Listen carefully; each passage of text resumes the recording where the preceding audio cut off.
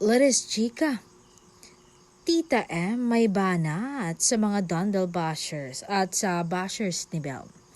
Saad niya, hindi ko talaga magets yung mga basher ng Dondel no? Lalo na sa bashers ni Belle. Bakit ba?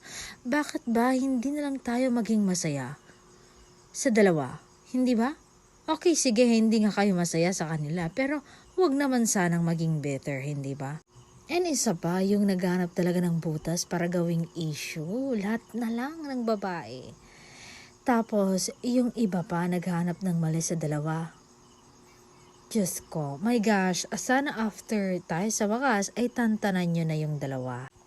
Kasi sila, masaya na sila sa buhay nila. Nagmamahalan sila.